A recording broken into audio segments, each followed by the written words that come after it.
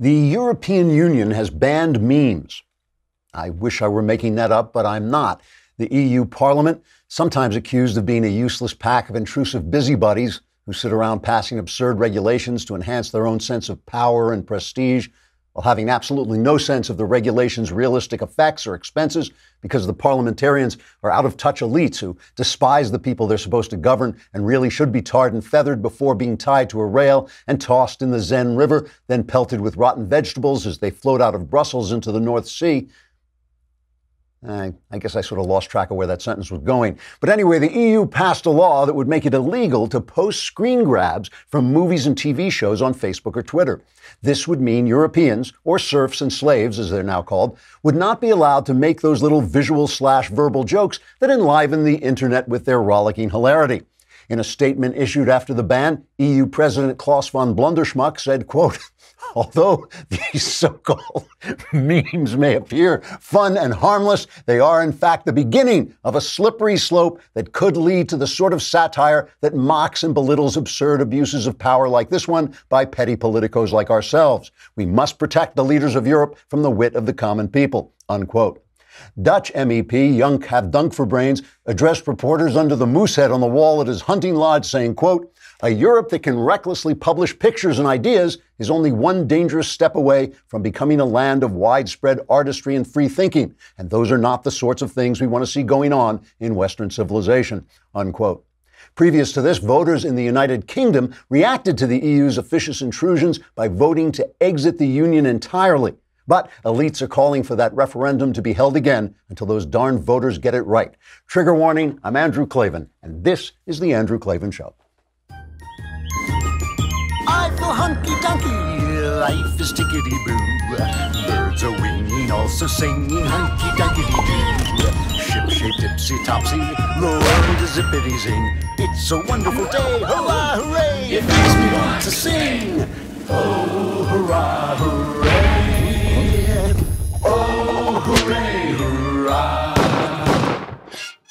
All right, before we start the show today, I have to say I'm sorry for something stupid I did yesterday. I got a story off Grabian, usually an incredibly reliable site, conservative bent, but I always adjust for that. But they're very reliable, and they had this story that I reported here and actually tweeted out that the accuser of Brett Kavanaugh, Christine Blasey Ford, who is a research psychologist who teaches at Palo Alto University, and I quoted some attacks on her by students criticizing her, saying all kinds of things about her.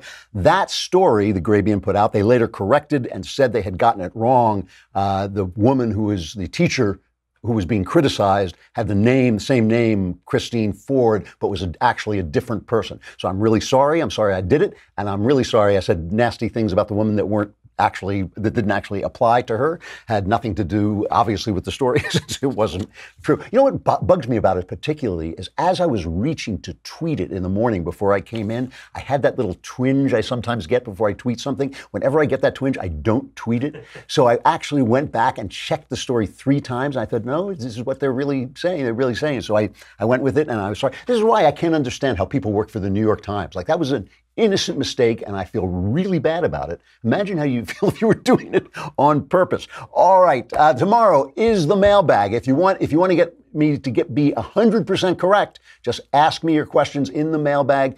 All my answers are guaranteed to be correct and will change your life, sometimes for the better. What you do is you go to thedailywire.com, hit the podcast button, hit the Andrew Klavan podcast, then there's a picture of a mailbag. You hit that, and if you are a subscriber for a lousy $10 a month, you can ask me anything you want. Ask me about politics, religion, your personal life, and I think we're doing Ben's show tomorrow, so you'll actually be your personal problems will be broadcast all over the nation. So that will actually help your life by ruining it.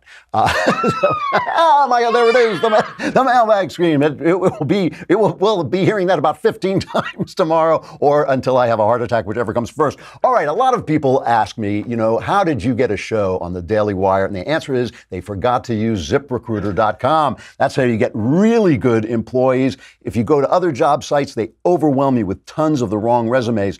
But it is smarter to go to ZipRecruiter.com. ZipRecruiter.com/dailywire, because unlike other job sites, ZipRecruiter doesn't wait for candidates to find you. ZipRecruiter finds them for you. Its powerful matching technology scans thousands of resumes, identifies people with the right skills, education, and experience for your job, and actively invites them to apply. So you get qualified candidates really fast. No more sorting through the wrong resumes. No more waiting for the right candidates to apply. It's no wonder that ZipRecruiter is rated #1 by employers in the U.S. They just tune in this show and think, I got to get ZipRecruiter so that doesn't happen to me. Right now, my listeners can try ZipRecruiter for free at this exclusive web address, ZipRecruiter.com/dailywire. That's ZipRecruiter.com/dailywire, DAILYWIRE.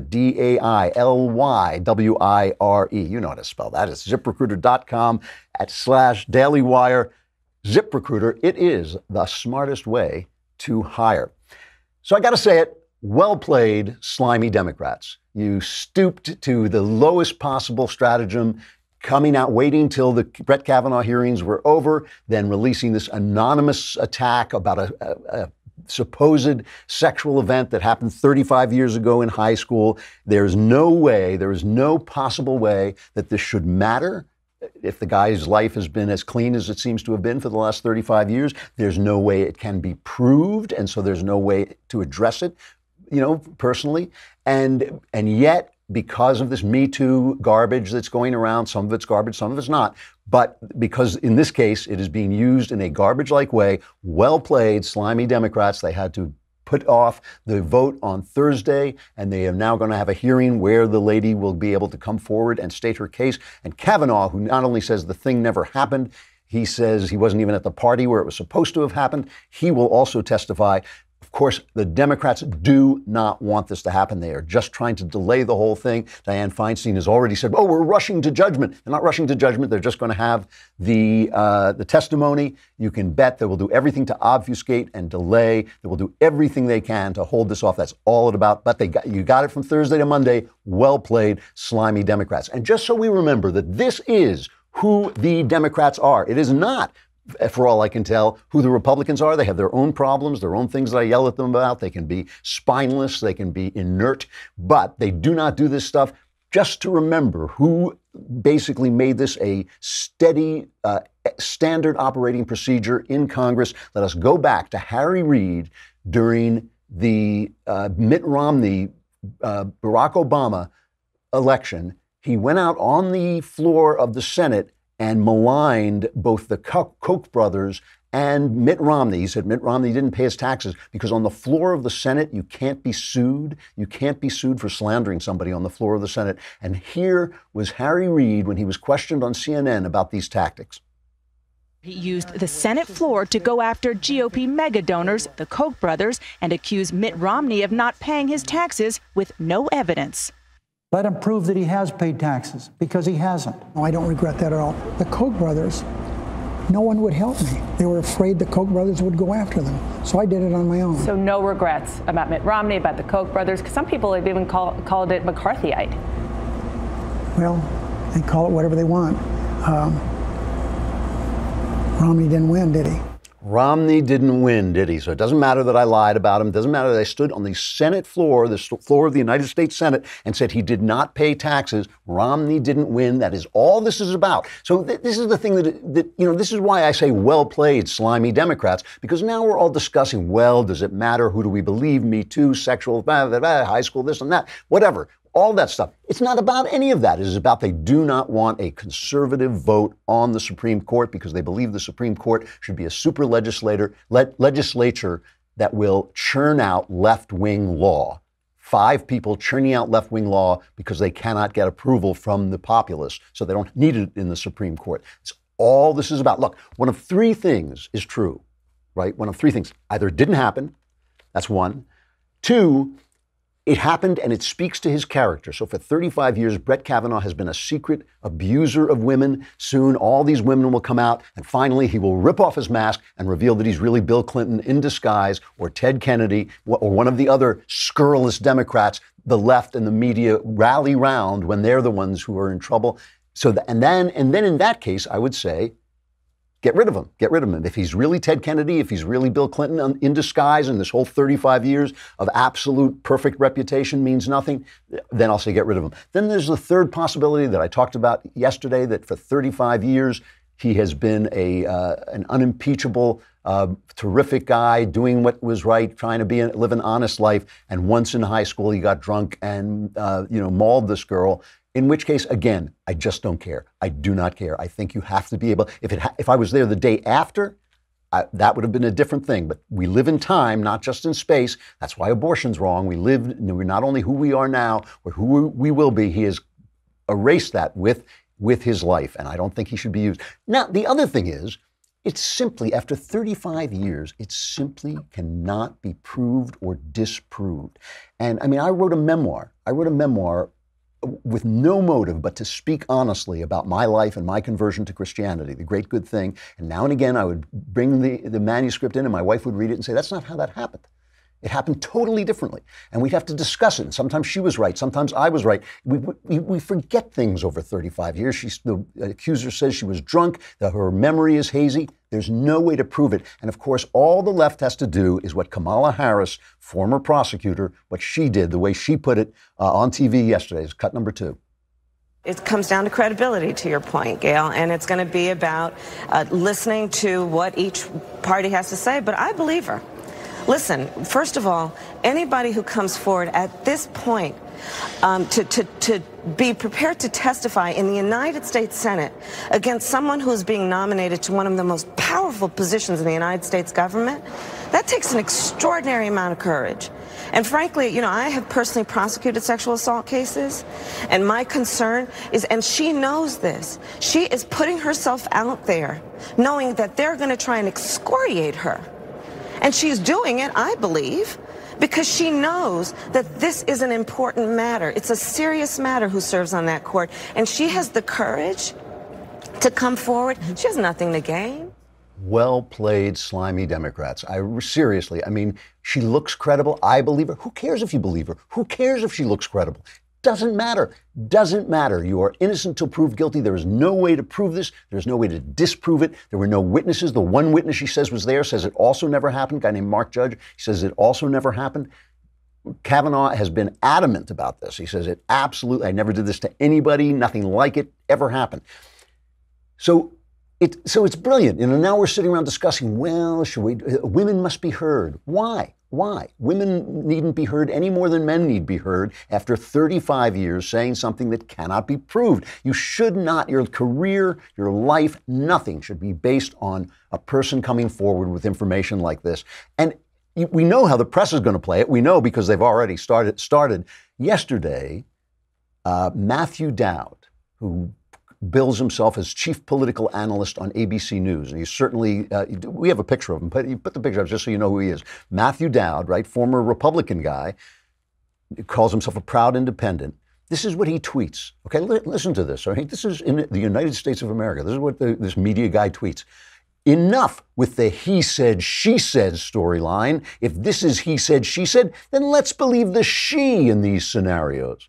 She has nothing to gain and everything to lose. For 250 years, we have believed the he in these scenarios. Enough is enough. Now, that tweet raises an interesting question. What the hell are you talking about, you stupid knucklehead? What the hell? What on earth is he talking about? For 250 years, we believe one thing. You're innocent until proved guilty. I'm not aware that women have been unfairly treated in these things. It's just that if you can't prove it, you can't prove it. You can't send a man to prison. You can't destroy his career, or a woman, anybody, to prison. You can't destroy his career with unsupported allegations. I mean, that is the very, very basis of Anglo-American law. And he's saying, well, enough of that. We've had quite enough of that justice for 250 years. No more. We don't want any more of that justice here. We want to delay this nomination. So we have, again, well played, slimy Democrats. It cannot be proved. And now too, they have managed to maneuver Kavanaugh into a situation where there actually is an issue. There actually is an issue. I said yesterday, and I say it again, that if he did this in high school, he got out of hand. I don't believe he did. I don't believe it at all. But If he did, I don't care. But now there's an actual issue. Susan Collins, who has been very fair about this, I mean, she's a liberal for my taste, but that doesn't mean she's dishonest, and she has been stalwart and steady about what she said. She gave this comment to the press, and listen to what she says, because it actually raises an important issue. We need to know what happened. It's my understanding that the staff is doing interviews or has proposed to do interviews, and then that, I assume, would be the prelude to some sort of hearing. Senator Collins, how did you believe Dr. Ford? I don't know enough about Dr. Ford and her allegations yet to reach that kind of judgment. That's why having the opportunity to observe her being questioned, read a transcript or and a deposition, and make that kind of assessment is so important. Obviously, if Judge Kavanaugh has lied about what happened, that would be disqualifying. See, that's the well-played, slimy Democrats. Well played, because now you wait till the hearing is over. Then Dianne Feinstein releases this anonymous charge. Then the woman is forced to come forward because she wants to be heard. I understand that, and she has this memory. I have no idea what it refers to, but she has this memory. She didn't talk about it for 30 years, but then she did. No one else in the room corroborates, but there it is. She wants to come forward, and Kavanaugh says, and says he will say under oath, this never happened. I wasn't there. If he's lying, if it can be shown that he's lying, then, of course, that is disqualifying. Even I would say, you can't go to your hearings in the Supreme Court and commit perjury. After all, you're not Bill Clinton. You're not above the law. You're not a Democrat. You're a Republican. You have to obey the law. It's not, you can't just drive your girlfriend into the drink and leave her there to drown while you set up an alibi and change clothes. My God, you're a Republican. What's wrong with you? What on earth made you think that you could transgress the law like a Democrat? Well, you can't. You can't. Why? Because we Republicans, we conservatives actually have principles, and we will hold you to them. So, well played, slimy Democrats. You have now put the guy in a position where there is something on the line, which is whether he's lying. But it's not whether you believe the woman, it's whether she can prove these allegations. That's the only thing that he has to stand up to. Only proof, not allegations. You know who else is playing this well, though, I have to say? Donald Trump. Donald Trump has been unlike himself. He has been really restrained, really measured. His comments have been excellent. Here he is talking about this just as the press shout at him. They had this information for many months, and they shouldn't have waited till literally the last days. They should have done it a lot sooner. But with all of that being said, we want to go through the process. One thing I will say is that, as I understand it, Judge Kavanaugh spent quite a bit of time with Senator Feinstein, and it wasn't even brought up at that meeting, and she had this information. So you would have thought certainly that she would have brought it up at the meeting, not wait till everything's finished and then have to start a process all over again. But with all of it being said, we want to go through a full process. I have great confidence in the U.S. Senate and in their procedures and what they're doing, and I think that's probably what they're going to do. They'll go through a process and hear everybody out. I think it's important. I believe they think it's important. But again, he is one of the great intellects and one of the finest people that anybody has known. You look at his references, I've never seen anything quite like it. Smart. Don't back down, but don't jump the gun. Plus, he finally declassified some of these documents that will tell us whether the FISA warrant in the Russia collusion case was actually a political document or not. He said he's going to he called for the immediate declassification of selected portions of the FISA application on former Trump foreign policy aide Carter Page, as well as all FBI reports prepared in connection with the FISA warrant request. People have been calling for him to do it. I think it's a great idea, and I love the Democrat reaction. The Democrat reaction is basically, you can't interrupt our baseless innuendos with the truth. We're lying here. Hold down the truth, please. Hey, could we have some cover up to cover as we slander you, please? So there's one guy, Senator Eric Swalwell, one of ours. He's one of our senators in California, Congressman Eric Swalwell in California. In 2017, he he called for, he said, if the president wants to say that Susan Rice committed a crime, he has the power to declassify. Let him declassify the documents. No one else has that power. He could actually show us where the crime was. I don't expect he will, because I think this is just more obstructionism. Yesterday, when he heard the news that he was going to declassify governments, the same guy, Congressman Swalwell, goes, lawless. He's absolutely lawless. Donald Trump is the subject of an investigation. Using his power to selectively release classified information is an abuse of power. It's like, do not interrupt our baseless innuendos with the truth. The one thing I got to say, the Democrats, they are slimy, they are low, but they won the day yesterday. So well played, slimy Democrats. My congratulations to you all. You can pick up your Emmy at the Emmy program, but no one will be watching. All right, we got the Lefties Dictionary is back. Hooray, it is back. This is one of my favorites. Its I is for intersectionality. I is for intersectionality. Intersectionality is the theory that people can be understood through intersecting social identities such as race, gender, class, and sexual orientation.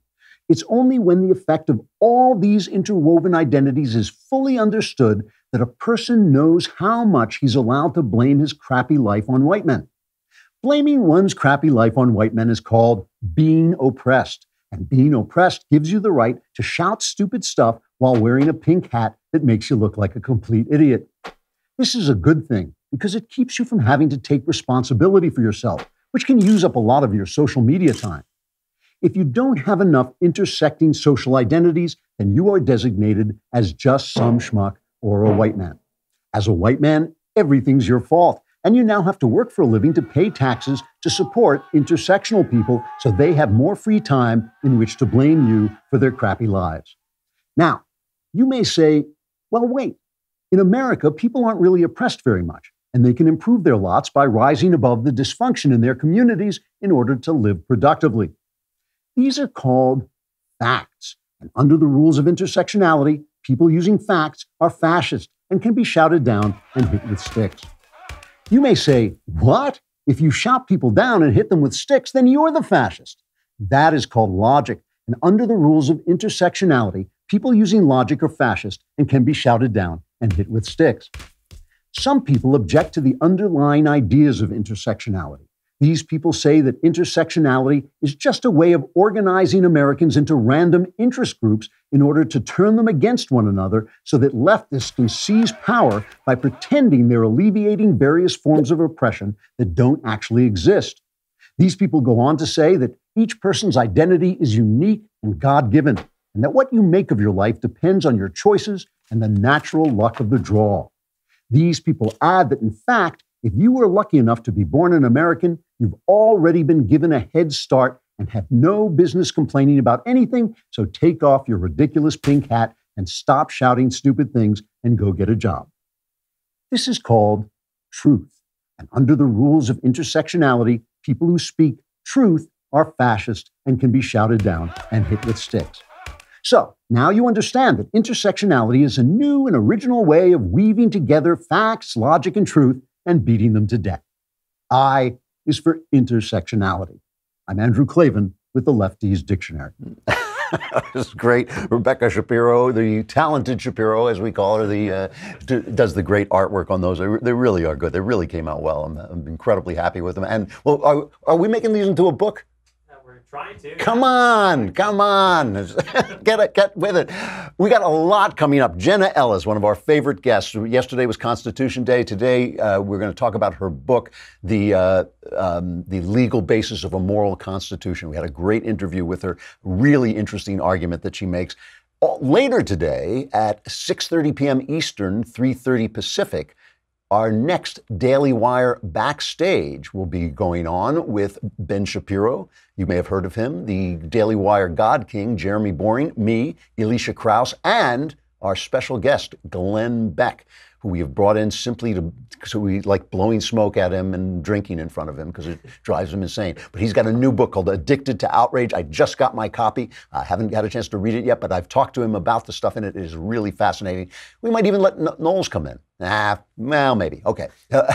No, he will be there with us all, and we'll be taking questions, but only from Daily Wire subscribers. So make sure to become one today, which will also get you in the mailbag tomorrow. Again, that's today at 6:30 p.m. Eastern. Join the Daily Wire backstage with our special guest, Glenn Beck. Become a subscriber, and you can ask us questions. All right, we got to say goodbye to Facebook and YouTube. Remember, tomorrow is Mailbag Day, so go on the dailywire.com if you're a subscriber. Hit the podcast button, hit the Andrew Klavan podcast, hit the mailbag. Ask me anything you want, and all your questions will be answered. Answers guaranteed 100% correct, and will change your life for the better.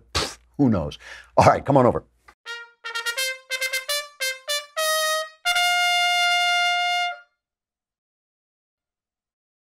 If you are a listener or viewer of this podcast, you have probably seen the excellent Jenna Ellis talking about the law. She is the director of the Dobson Policy Center, a contributor to the Washington Examiner, the Federalist, and the Daily Wire. She also has her book, which is a lot of what we're talking about today, The Legal Basis for a Moral Constitution, a guide for Christians to understand America's current constitutional crisis. I read it, and I talked to her about it. Here it is. Jenna, it's so nice to finally meet you. Yes, thank you. You too.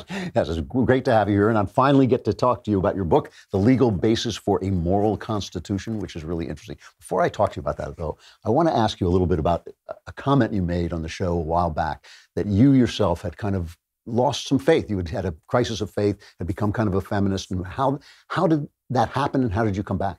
Yeah, that's a great question. So I grew up homeschooled all the way through. I had parents who were absolutely, and they still are absolutely amazing, and I grew up very founded in the Christian worldview, understanding truth, being a Christian. And then I went to law school, and I went to law school with the intention of being a career prosecutor. That's what I wanted to do. And law is taught in law schools today as whatever the legislature sets is legitimate. So it's completely arbitrary. Whoever is in authority now, then they can enact whatever they think is okay, and whatever is not permitted today could be permitted tomorrow. Whatever is prohibited today, we could be fine with tomorrow. And so there were no objective truths that were taught in law. And so I didn't get a sufficient answer from professors of mine who actually were Christians about how we can go into the court system today and advocate for objective truth and morality. And that really spun me into a crisis of faith, because I had loved law. I upheld justice as probably the prime virtue, which now I understand truth and objective truth is really what we're striving for. And so that really bifurcated to me my faith in one corner, but then the law in another. And so I didn't see how, well, why shouldn't we have civil unions? Why shouldn't we do all of the social issues? Why doesn't the left have a point? And so I would have identified, and I did, as a feminist, and saying, these types of social issues, there should be no moral basis to the law. And that question kept really nagging at me. Mm-hmm. And so once I got into practice, I had to find out for myself, what is a real answer to this question? And so through my study and research for about 5 years, that became why I wrote this book, is to actually have a genuine answer that's better than just, well, whatever the legislature says and whatever civil society decides today that they want, now that's okay.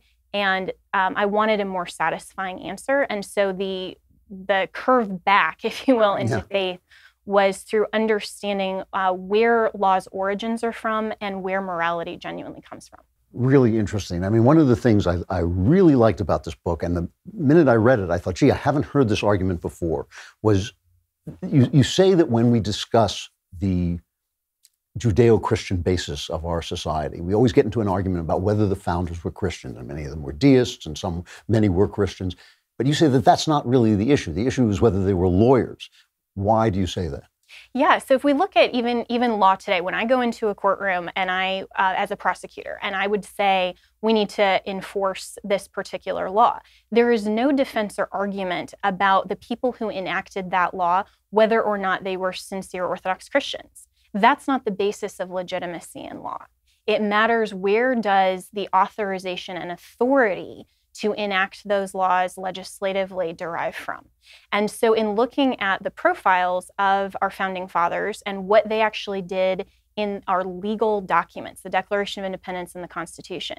It doesn't matter as much whether or not they were sincere Orthodox Christians in their personal lives. It matters what did they put into our legal documents so that 200 plus years later, we can look back and say that is the basis of our law. That's what they meant, because lawyers kind of have a language. They know what each other are talking about all the time, right? So they were very specific. Explain to people, because a lot of people do not know this, what is the relationship between the Declaration and the Constitution? Because people think, well, the Declaration just said we're free, and then the Constitution is the law, but that's not really true, is it? Right, it's not, because the Declaration was the first legal document that essentially effectuated our national sovereignty. And so a lot of people will say today that the Declaration is just this, wonderful historical document. We celebrate it on the 4th of July, if they even know that. Right. But really the Declaration set out our worldview statement, and it legitimized why our revolution and our separation from England was an exercise of legitimate authority. And so when they started out and they said, we hold these truths to be self-evident, they were saying truth is discoverable.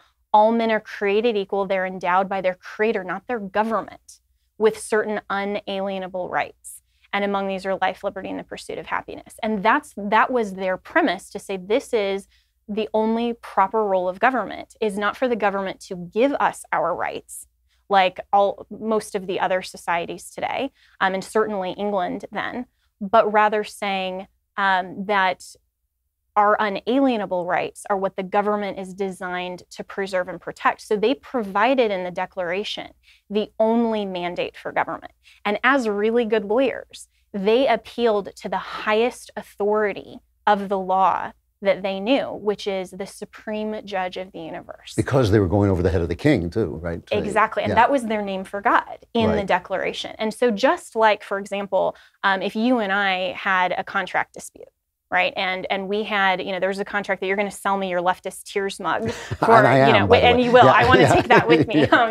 And you're going to sell that to me for $500, right? Because it's so amazing. And then 200 years later, our heirs and our posterity are going to litigate that contract. Nobody is going to come in and say, oh, well, the terms of that were so completely different. How could we possibly know? This evolves over time. Nobody in the contract world will ever say that the terms didn't mean what they meant to the two parties that entered into the agreement. So why is our Constitution somehow just this magical document that we can say, oh, well, the terms just evolve over time, our rights evolve over time? They're not looking at the 5 pages of the document. So they are establishing in the Declaration that the authority for the Constitution is the authority of the supreme judge of the universe. But they obviously didn't mean for the church to be that judge, right? They meant, when they said God, they meant God, right? What does that mean in real terms? Yeah, so that's a question I often get is, well, you're advocating for a theocracy, Jenna. Well, that's not true, because if we look at the reality to which we're presented, and we also look at Scripture, God has ordained 3 spheres of government: the civil government, the church government, and the family government. They have very different delegated authority from God himself. If we look at Romans 13, then the civil government is supposed to bring about justice in society and can carry the sword, meaning capital punishment. Capital punishment is not given to the church or the family, thankfully. A lot of families, a lot of people would say, thankfully, my parents didn't have that. Oh, yeah. I thought I had it in my family. Right.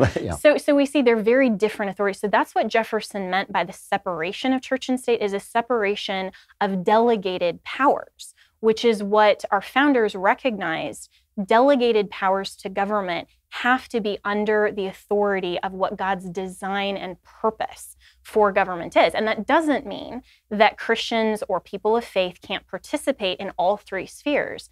It's just that the church's authority structure and how what their role is in society and in humanity, just like the family, is very different from the civil government. But when they talked about nature and nature's God, they meant that God's will was discoverable in life, right? That it was not necessarily had to be based on Scripture according to the documents.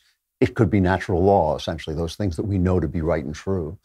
Absolutely. You talk about that idea being replaced by the idea of the social contract. What does that mean? Yes. So C.S. Lewis actually has a great definition and argument for what natural law means. And if we look just at the reality to which we're presented, there are certain things and legal principles that we just can't avoid because we are in our reality. Right. And so, for example, and one of the examples I give in my book is if Congress tomorrow said, it would be really great, let's just pass a resolution that says that gravity no longer applies. We all can fly because it's too expensive to go transatlantic. We would all laugh, right? And we know that they don't have that authority. They are bound by the rules of the universe, and God, for his own sovereign purposes, ordained and established our reality. And so what has been replaced in thinking is to say that the origin of law is not reality, but man himself is the divine lawgiver. It's just an agreement between folks. It's just an agreement. And so if we look at where does law come from, it either has to come from man or something outside of man, meaning God. And we can have the conversations about who God is, obviously. But when we're looking at what the replacement for the social contract theory is, what our society today would like is just the ability of contract and to say whatever man consents to. And this is what they teach in law school.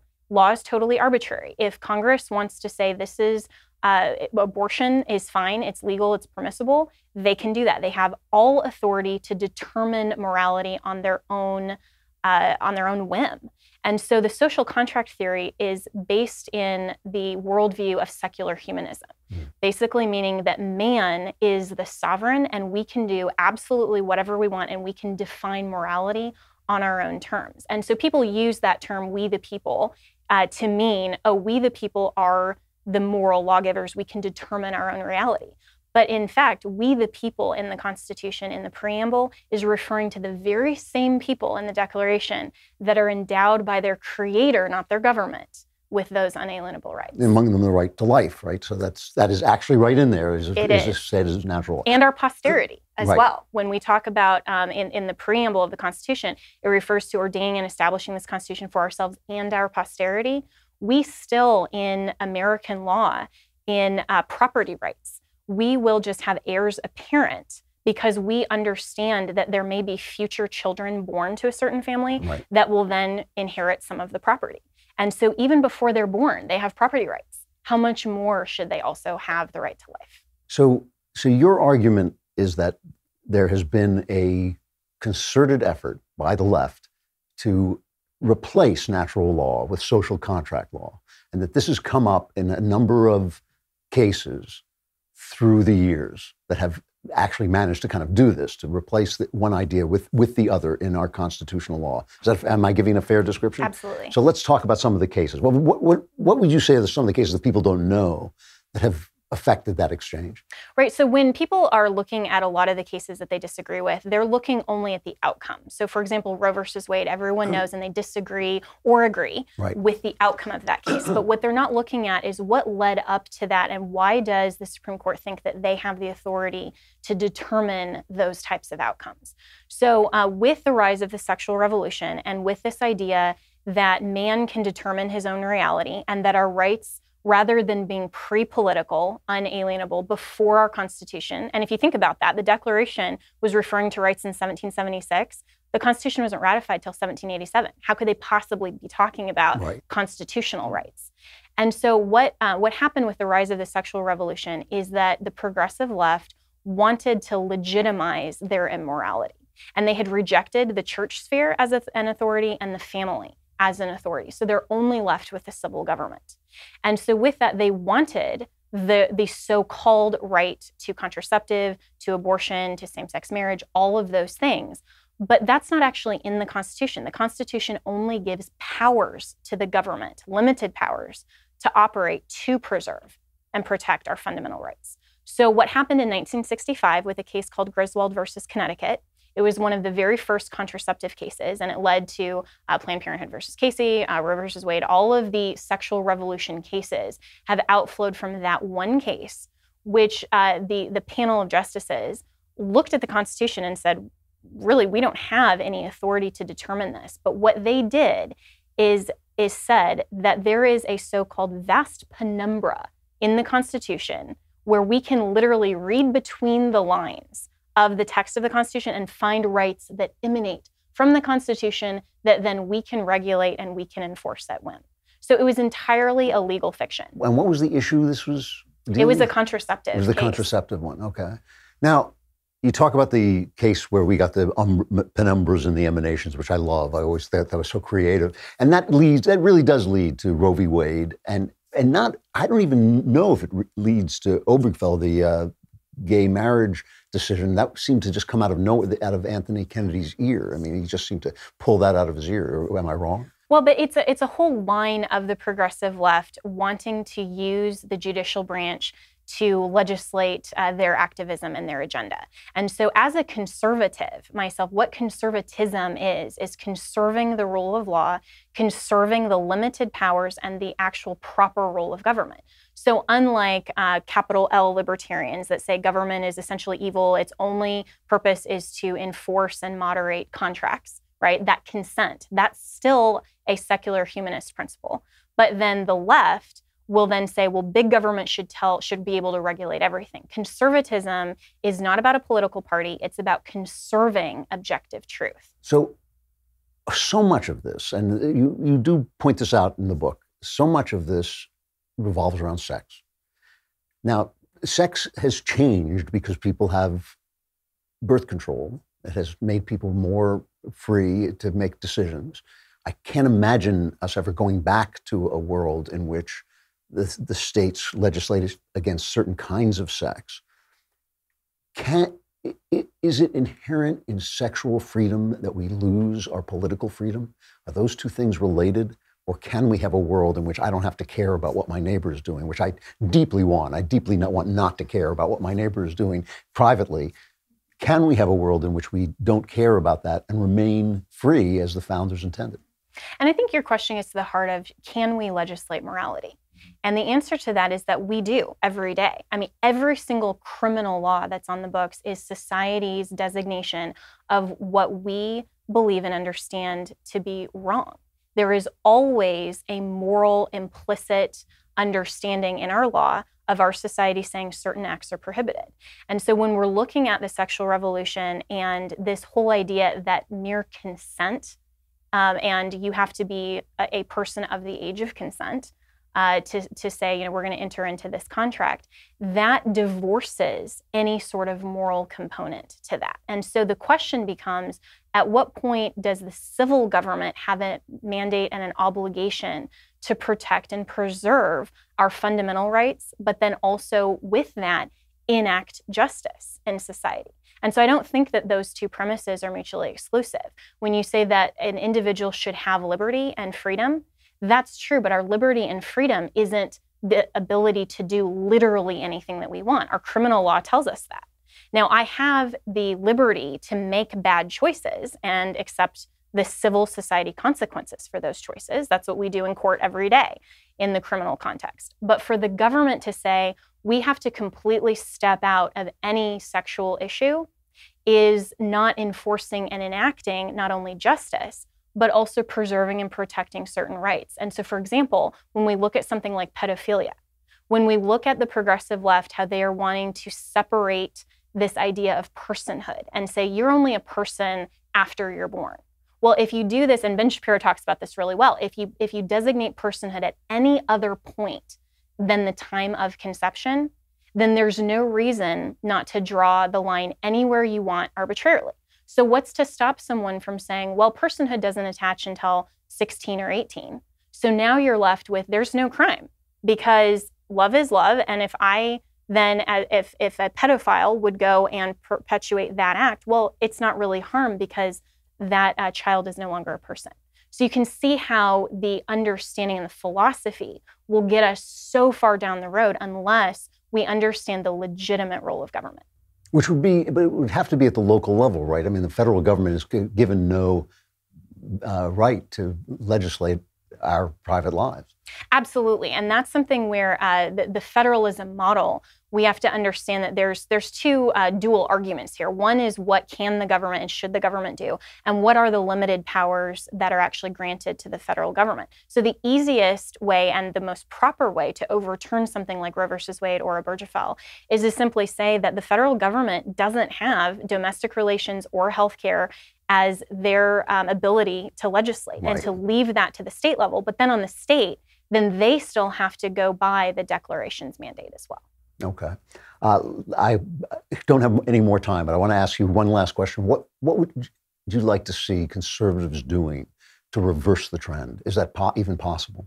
That is a great question. And first, we need to be educated. We need to actually understand, like I did, I wanted to understand what is the genuine argument here. Because if it's just what I believe versus what you believe, that's not getting us anywhere toward truth. We have to understand, where does law come from? Educate ourselves, have not just some arguments, but have the best and most accurate and truthful arguments.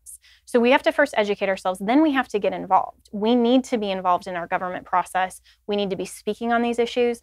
But then the best, and the last chapter of my book talks about the Convention of States Project, which is a way that the state legislators can propose amendments to our federal constitution for the purpose of reining in the federal government's abuse and overreach. And so if the state legislators pass a petition in 2/3 of the states, then they can call a convention for the purpose, solely the purpose of proposing amendments. They have to be ratified the same way as congressional amendments. All of our previous 27 amendments have gone through Congress, then the ratification process. But what we've never done is call a convention of the state legislatures.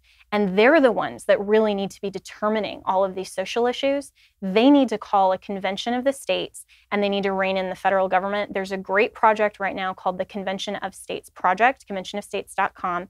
And that is for 3 different areas: for term limits on Congress, a balanced budget, and then also for judicial activism and overreach, for reform of the judiciary. And we absolutely could deal with some of these issues and some of these cases that we're talking about through a convention of the states. Great. Jenna Ellis, the legal basis for moral constitution. Where do people find you? Where's the best way to look for you? Yes, so I'm with the James Dobson Family Institute, and so you can find us at dobsonfamilyinstitute.com. There's a profile under the public policy tab, and my email address is out there, so if you have any questions, or certainly on Twitter or social media, now that you're following me on Twitter, yay, you can find me there as well. All right, great. Thank you very much. Thank you.